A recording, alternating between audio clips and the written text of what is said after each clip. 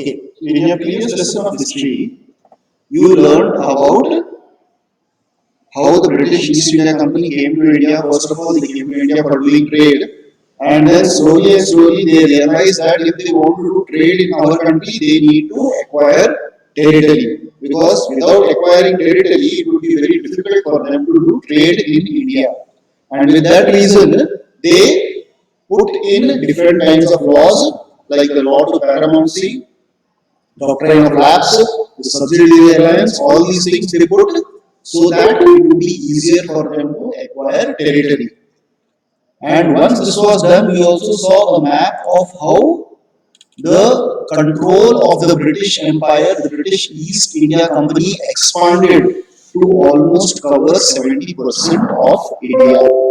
This was what happened in our previous chapter. Now, once they have the control over the majority parts of India, the idea over here of the Britishers was, how am I supposed to collect the revenue? What should the people of the British East India Company do? What ideas can they create so that they can collect more revenue? Once again, I'm telling all students, please join the class on time. After 5 minutes, now it is already 10:43. Now I will not be letting anyone else into the class. Okay, so please inform your friends also. 5 minutes is the maximum time which will be permitted for students to enter the class. Beyond that, they will not be permitted. Okay, so continuing with this lesson, as I was saying, now the task in front of the British East India Company was, now that they have acquired so much of territory in India, the task was, what ideas could they devise? How can they collect maximum revenue from the people? Now see, this idea of Britishers was very, very clever. The Britishers were extremely clever people that without fighting much, without any large number of battles or wars, they were able to acquire so much of territory in India. That was the first thing. Second thing was, they started collecting revenue, they started collecting taxes from the citizens of India themselves, which was helping them to run their own company, to run their own trade activities. All these expenses, all the money that would be spent was covered by the taxes collected within India itself. So slowly the British East India Company, started making money inside India by collecting taxes, and they started making more money from that by doing trade and exporting all these goods to the European countries. This was the main idea of the British East India Company. So now in this chapter, we will be seeing what and all different ways the British East India Company started collecting taxes from the people.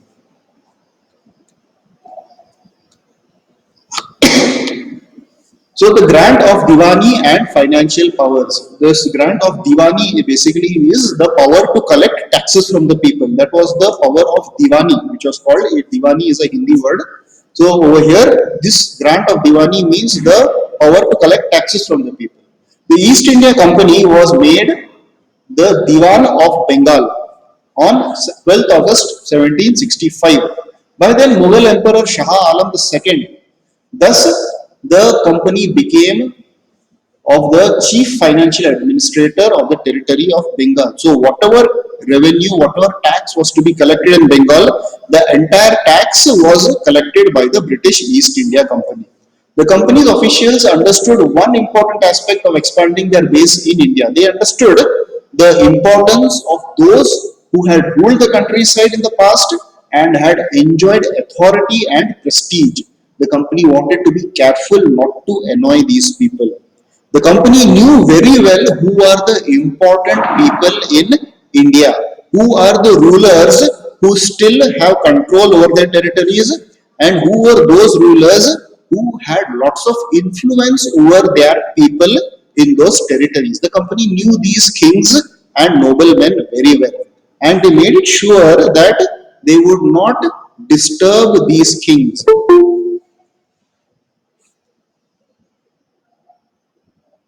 The growth of revenue, initially the company was just interested in collecting revenue so that its trade and other expenses could be financed. But the company was not interested in setting up any regular system of assessment and collection. the revenue was enough to double the purchase of the company within 5 years. So in the initial phases, once that they had got the control of the entire of Bengal, in the initial phases, the East India Company was collecting the revenue as and when they would receive, as and when the taxes would come from the farmers. In those ways, they were collecting. They did not have any formal system. When we say a formal system, it is just a system in which the farmer knows that this is the amount of tax that I have to pay. Now, in the present day India, there is a system of income tax. Your parents, wherever they would be working, they earn a certain amount of salary, or even if there are some business people, they would be earning a certain amount of income from their activities. Now, this income, what your parents receive, they have to pay a certain amount of tax to the government. There is a percentage fixed. If your parents are earning 10,000 rupees a month, out of that 10% has to be paid to the government as taxes. This is a rule which is fixed by the government. I'm just giving an example, okay? This percentage may vary depending upon the amount of income. So the government has fixed a certain rule that this percentage of income tax has to be paid by the people for this much amount of income which is earned. This is the rule. But in the earlier days when the British East India Company was there, earlier they did not fix any particular rule that this much amount, this much percentage of tax should be given. All these rules were not fixed. They used to collect the taxes as and when they received. Whenever the farmer would come to pay the taxes, they would collect the tax. And in this way, they were able to double the purchase of the company within 5 years. Within 5 years, they were able to double the amount by this way of collection. Growth of problems for common people. But the Bengal economy was facing a deep crisis. Artisans were being forced to sell their goods to the company at low prices, hence, most of them were deserting their villages. Peasants were not able to pay the dues. Production by artisans declined, and the farm production also declined. And in 1770, a terrible famine hit Bengal. Almost 1 crore people died in that, 10 million people died in that famine. What happened in Bengal was, since there was no particular system of collecting the taxes, the Britishers put a lot of force on mainly the artisan. Artisans are artists who usually do a lot of art kind of work. They would maybe be doing painting or doing a sort of architecture or pottery or making statues or drawing paintings of kings. All these works were the works of the artisans, or a particular type of weaving which would be done. They were all artisans. They were forced to sell whatever their goods were at a very low price for the East India Company. Because of this, since they were earning less, they were able to purchase also less from the farmers.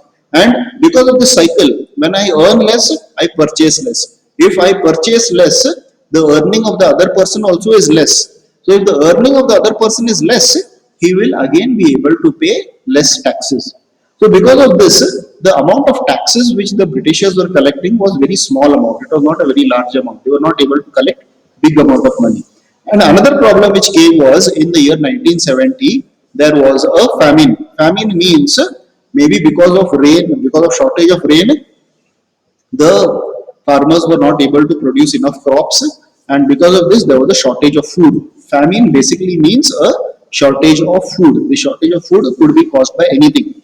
So in 1770 there was a famine, that is shortage of food, and because of the shortage of food, 1 crore people in Bengal, they died. 1 crore people, 10 million people died in Bengal. Till now, is everything clear to everybody? Is anybody having any doubts? No, sir. No, sir. No, everything is clear? Okay, ठीक है, good. Yes, sir. This photo that you see on your screen, which is basically the first Governor General of the East India Company, that is Robert Clive, he is accepting the Diwani of Bengal. The right to collect taxes is being handed over to him by the Nawab of Bengal to Robert Clive.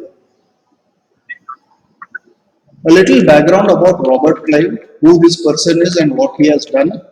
Robert Clive, or first Baron Clive, also known as Clive of India, Commander-in-Chief of British India was a British officer and soldier of fortune. He who established the military and political supremacy of the East Indian Company in India. Together with Warren Hastings, he was one of the key early figures in the creation of British India. Uh, Robert Clive and Warren Hastings, these are the two governor generals who can be given major credit for establishing the majority part of the rule of the Britishers in India. He also sat for two boroughs as a Tory member. It's not important. Modern historians have criticized him for atrocities and pillaging of treasures which occurred in Bengal and India due to high taxation. Now, this Robert Clive and even Warren Hastings, they were not good people. They did whatever they could for giving lots of problems to the farmers of India. They looted a lot of temples and took away a lot of wealth from India. But the British Empire was definitely very happy with whatever amount was collected by Robert Clive.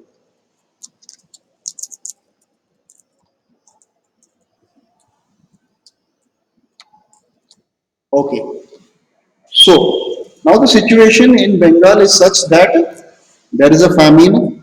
1 crore people have died because of shortage of food, and the Britishers have not established any permanent way of collecting taxes from the people.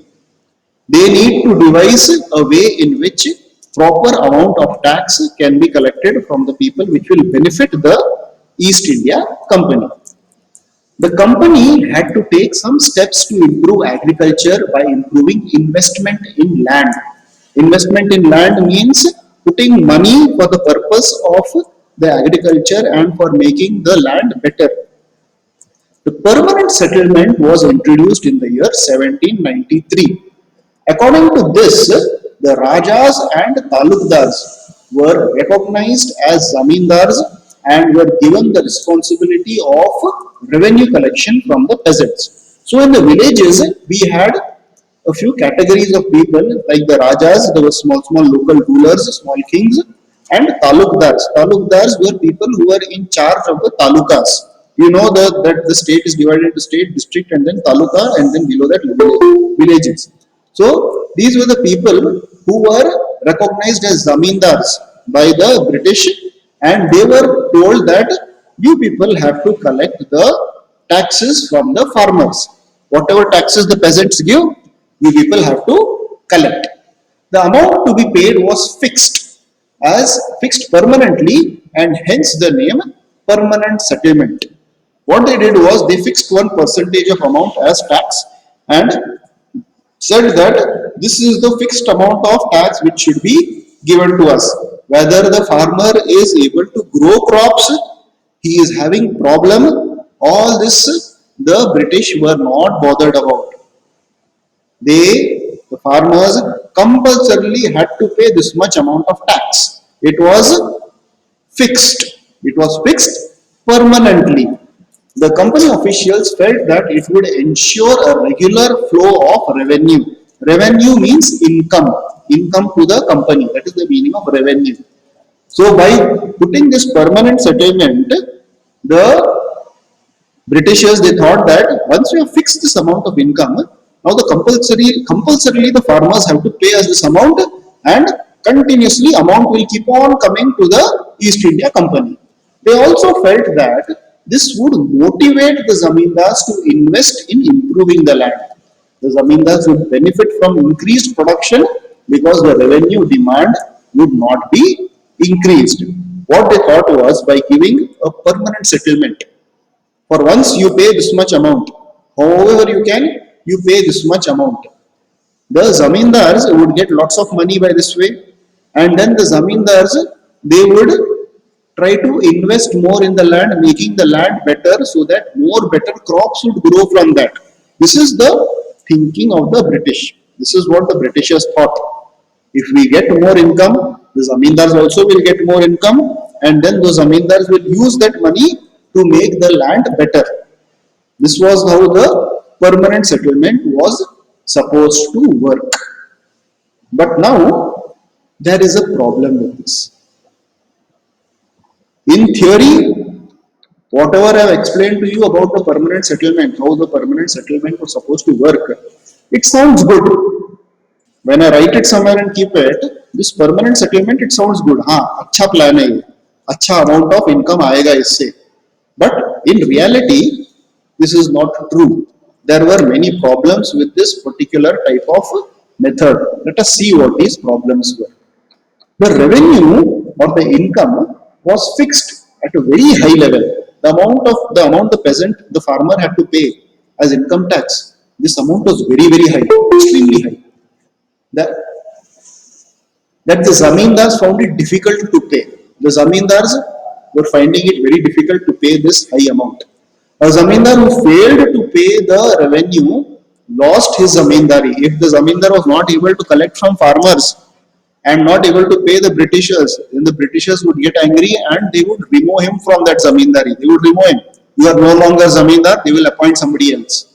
Hence, zamindars were not investing in the improvement of land because the problem over here was the amount was so high, the farmers were not able to pay.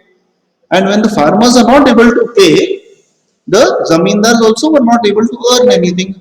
And since the zamindars were not earning anything, they were not able to improve the land.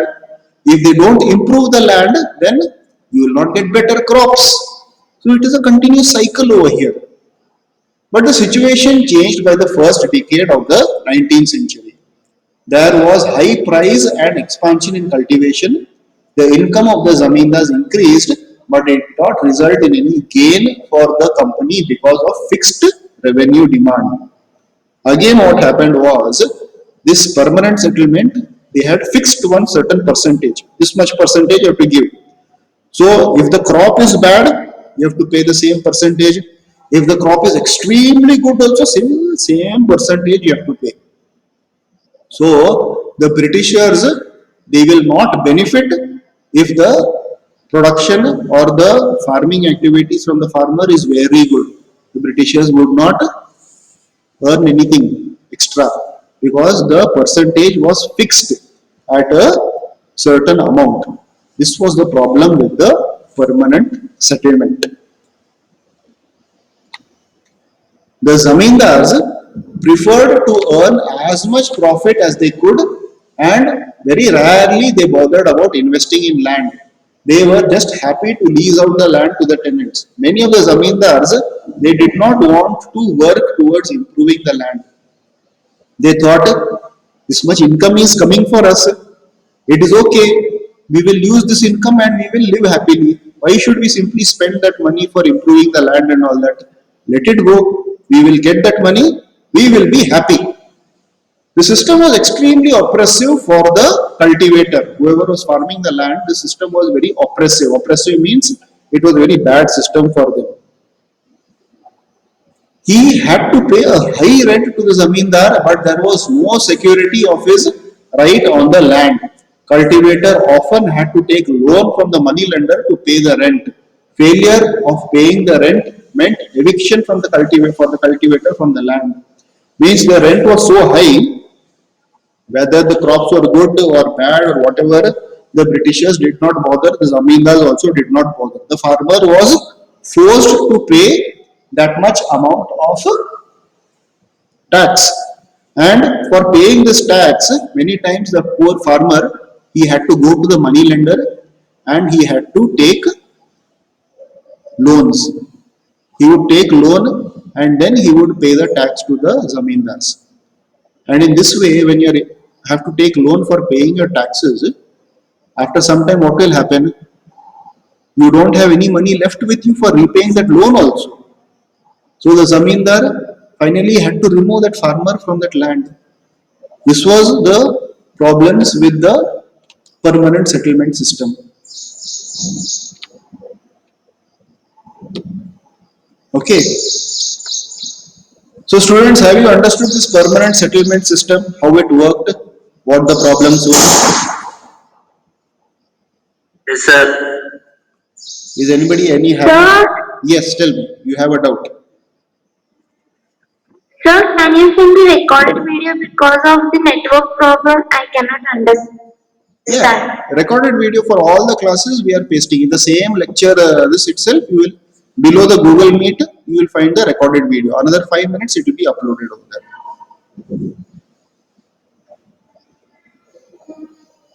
Okay, yeah.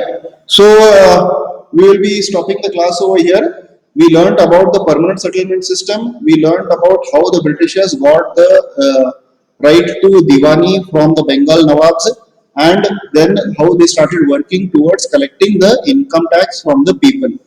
All of you can always watch the video again. I'll be posting it in the same link. You can watch the YouTube video of this class what we have just now. And then if you have any doubts, you can post it in the doubt section. I will clear those doubts. But till now, whatever lessons we have completed, please write all the notes, question and answers for those lessons from the back of your textbooks. All the answers are available in your textbook itself. If you read your textbook carefully, you will get the answer to each and every question. Write it in your notebooks continuously. Sir, you taught geography first lesson. Was that? Sir, you taught geography first lesson. First lesson I have done geography, yes. Geography first lesson. Sir, you should write answer, question answers. Yes, write the question answers for that. And in civics, first 2 lessons has been done. And in history, the second chapter we started. And now this is the third chapter we are doing in history. So write the question answers for all these lessons, one after the other in the same notebook. Sir, Yes. sir, the history first lesson when you will teach? History first.